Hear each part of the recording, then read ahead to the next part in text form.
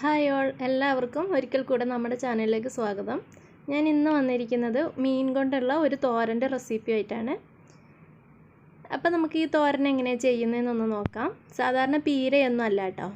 ഇപ്പം ഇത് ഞാൻ ഇതുപോലത്തെ വലിയ നല്ല ദശ കട്ടിയുള്ള മീനാണ് എടുത്തിട്ടുള്ളത്. ഇതുപോലത്തെ മീനാണ് എടുത്തിട്ടുള്ളത്.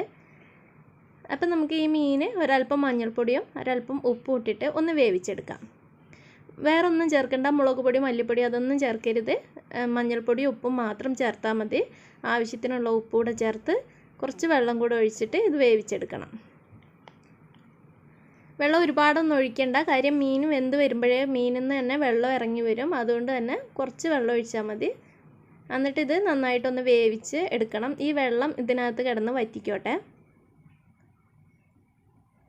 അപ്പം നമുക്ക് ഇത് അടച്ച് വേവിക്കാൻ വേണ്ടി വെക്കാം. അപ്പോൾ മീനൊക്കെ ഇങ്ങനെ വെന്ത് വന്നിട്ടുണ്ട്, കണ്ടില്ലേ? പെട്ടെന്ന് തന്നെ വെന്ത് കിട്ടും. അപ്പോൾ മീൻ വെന്ത് വന്നിട്ടുണ്ട്. ഇനി ഈ വെള്ളം കൂടെ ഒന്ന് വറ്റിയതിന് ശേഷം നമുക്കിതൊന്ന് ഉടച്ചെടുക്കണം. മുള്ളൊക്കെ ഉണ്ടെങ്കിൽ ഒഴിവാക്കാം. ഇത് കൂട്ട് മീനൊക്കെ ആകുമ്പോൾ വെള്ളം ഉണ്ടാവില്ല, മുള്ളൊന്നും അധികം ഉണ്ടാവില്ലല്ലോ. കുറച്ച് സമയം കൂടെ അടച്ച് വെച്ചാൽ വെള്ളം ഒന്ന് വറ്റിച്ചെടുക്കാം നമുക്ക്. ഇപ്പം മീനൊക്കെ നന്നായിട്ട് വെന്ത് വന്നിട്ടുണ്ട്. ഇനി ഇത് നമുക്ക് നന്നായിട്ടൊന്ന് ഉടച്ചെടുക്കണം.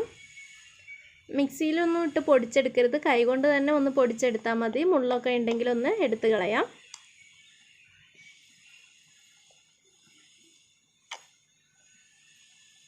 ഇപ്പം ഞാൻ ഈ മീനൊക്കെ ഏകദേശം പൊടിച്ചെടുത്തിട്ടുണ്ട്, കണ്ടില്ല? ഇപ്പം മീനൊക്കെ പൊടിച്ചെടുത്തിട്ടുണ്ട്. ഇനി നമുക്ക് ഇത് തോരൻ വയ്ക്കാൻ വേണ്ടി നോക്കാം. എങ്ങനെയാണ് തോരൻ വയ്ക്കുന്നതെന്നൊന്ന് നോക്കാം. അപ്പം ഞാനിവിടെ ഒരു ചട്ടി വെച്ച് അതിനകത്തേക്ക് കുറച്ച് വെളിച്ചെണ്ണ ഒഴിച്ച് കൊടുക്കുന്നുണ്ട്. വെളിച്ചെണ്ണ തന്നെ ഉപയോഗിക്കുന്നതാണ് നല്ലത്, അപ്പോഴേ അതിന് നല്ലൊരു ടേസ്റ്റ് കിട്ടുള്ളൂ കേട്ടോ.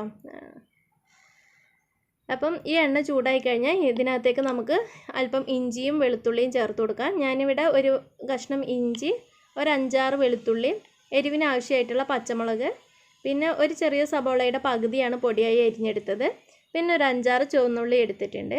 അപ്പം നിങ്ങൾക്ക് മുഴുവനും ചുവന്നുള്ളി എടുക്കുകയാണെങ്കിൽ അത്രയും നല്ലതാണ്. സബോള അധികമായി പോകരുത്, അപ്പോൾ ചെറിയൊരു മധുരം വരും. അതുകൊണ്ട് സബോള അധികം ചേർക്കരുത്.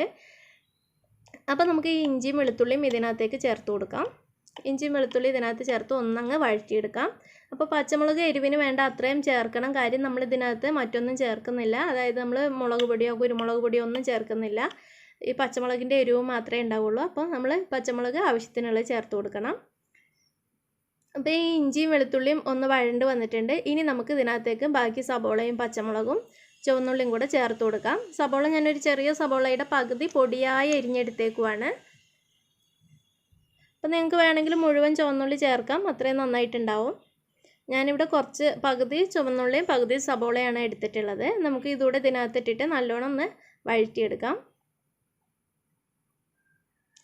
ഇനി ഇതിനകത്തേക്ക് കറിവേപ്പിലയും ചേർത്ത് കൊടുക്കണം, കുറച്ച് തേങ്ങയും ചേർത്ത് കൊടുക്കാം. ഞാനത് രണ്ടും ചേർത്ത് കൊടുത്തിട്ടുണ്ട്, കാണിക്കാൻ വിട്ടുപോയതാണ്. അപ്പോൾ ഞാൻ ഏകദേശം ഒരു 3 ടേബിൾ സ്പൂൺ തേങ്ങ ചിരകിയതും പിന്നെ കറിവേപ്പിലയാണ് ചേർത്ത് കൊടുത്തത്. തേങ്ങ വിട്ടുപോകരുത്, മസ്റ്റായിട്ടും ചേർക്കണം, എന്നാലേ അതിന് നല്ലൊരു ടേസ്റ്റ് കിട്ടുള്ളൂ കേട്ടോ. പിന്നെ ഇതിനകത്തേക്ക് ഞാനൊരല്പം മഞ്ഞൾപ്പൊടിയൂടെ ചേർത്ത് കൊടുത്തിട്ടുണ്ട്. മഞ്ഞൾപ്പൊടിയൂടെ ചേർത്ത് നന്നായിട്ട് ഒന്നുകൂടെ വഴറ്റിയെടുക്കാം. ആ തേങ്ങയുടെ പച്ചയിതും അതുപോലെ മഞ്ഞൾപ്പൊടിയുടെ പച്ച ചുവയൊക്കെ ഒന്ന് മാറുന്നത് വരെ. ഇനി നമുക്ക് ഇതിനകത്തേക്ക് നമ്മൾ ഉടച്ച് മാറ്റി വെച്ചിരിക്കുന്ന നമ്മുടെ മീനുണ്ടല്ലോ, അതുകൂടെ ചേർത്ത് കൊടുക്കാം. അപ്പോൾ ഈ മീനൂടെ ഞാൻ ഇതിനകത്തേക്ക് ചേർത്ത് കൊടുത്തിട്ടുണ്ട്. ഈ മീനും കൂടെ ചേർത്ത് കഴിഞ്ഞിട്ട് നന്നായിട്ട് മിക്സ് ചെയ്തെടുക്കണം. എല്ലാ ഇൻഗ്രീഡിയൻസും നന്നായിട്ട് മിക്സായി വരുന്നത് വരെ നല്ലപോലെ മിക്സ് ചെയ്തെടുക്കണം.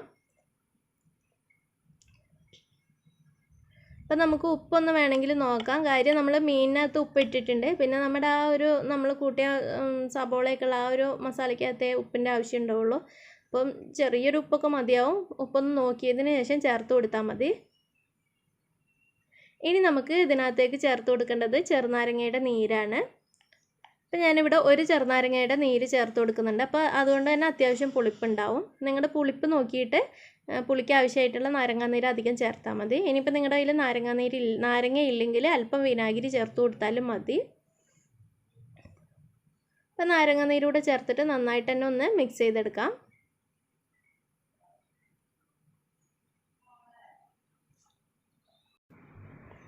അപ്പോൾ നാരങ്ങാനീരൂടെ ചേർത്ത് കഴിഞ്ഞിട്ട് നന്നായിട്ട് തന്നെ മിക്സ് ചെയ്തെടുത്തിട്ടുണ്ട്. ഇനി നമുക്ക് ഇതൊരല്പം നേരം ഒന്ന് അടച്ച് വെക്കണം. ഒരു 5 മിനിറ്റ് ലോ ഫ്ലെയിമിലിട്ട് അടച്ച് വെച്ചാൽ മതി. എല്ലാം കൂടെ നന്നായിട്ടൊന്ന് സെറ്റ് ആവാൻ വേണ്ടിയിട്ടാണ്. അപ്പോൾ ഒരു 5 മിനിറ്റിന് ശേഷം നമ്മളിതൊന്ന് തുറന്ന് നോക്കി നമുക്ക് ഒന്നുകൂടെ നന്നായിട്ടൊന്ന് മിക്സ് ചെയ്തെടുക്കാം. ഈ സമയത്ത് നമ്മുടെ കയ്യിൽ കറിവേപ്പില ഉണ്ടെങ്കിൽ കുറച്ചുകൂടെ കറിവേപ്പിലയും കൂടെ ചേർത്ത് കൊടുക്കാം. ഇതിനകത്തേക്ക് മല്ലിയിലയൊന്നും ഞാൻ ചേർത്ത് കൊടുക്കുന്നില്ല. ഇത്രയും ഇൻഗ്രീഡിയൻസ് മാത്രം മതി. അപ്പോൾ നല്ല ടേസ്റ്റി ആയിട്ടുള്ള ഒരു തോരനാണിത്. അപ്പോൾ എല്ലാവരും ഒന്ന് ചെയ്ത് നോക്കണം. വീഡിയോ ഇഷ്ടപ്പെട്ടാൽ ലൈക്ക് ചെയ്യണം, ഷെയർ ചെയ്യണം. നിങ്ങളുടെ അഭിപ്രായങ്ങളും നിർദ്ദേശങ്ങളും കമൻറ്റ് ചെയ്യണം. തുടർന്നും സപ്പോർട്ട് ചെയ്യണം.